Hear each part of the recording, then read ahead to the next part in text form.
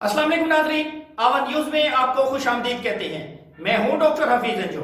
हाजुम ईरानी से खुर्शीद बदला की रिपोर्ट के मुताबिक आवाज़ फाउंडेशन पाकिस्तान के चीफ एग्जीक्यूटिव मोहम्मद ज़ियाउर रहमान ने कहा है कि माहौलियाती आलूदगी को कम करने और ऑक्सीजन की कमी को दूर करने के लिए दरख्त लगाना इंतहाई ज़रूरी है।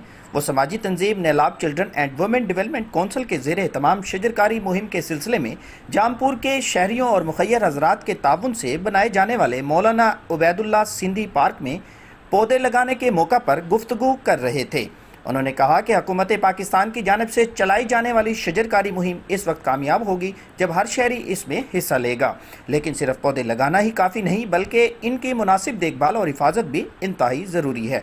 मोहम्मद ज़ियाउर रहमान ने कहा कि नेलाब समेत तमाम समाजी तंजीमें और इनके रज़ाकार खुद भी रज़ाकाराना तौर पर आगे बढ़कर दरख्त लगाएं और कम्युनिटी में भी शजरकारी की अहमियत व अफादियत बारे आगाही दें, जो कि बेहतरीन सदक़े जारिया है। इस मौके पर coordinator VCO programme madam Huma Aziz और सदर नेलाब आफ्ताब नवाज मस्तोई भी इनके हमरा थे।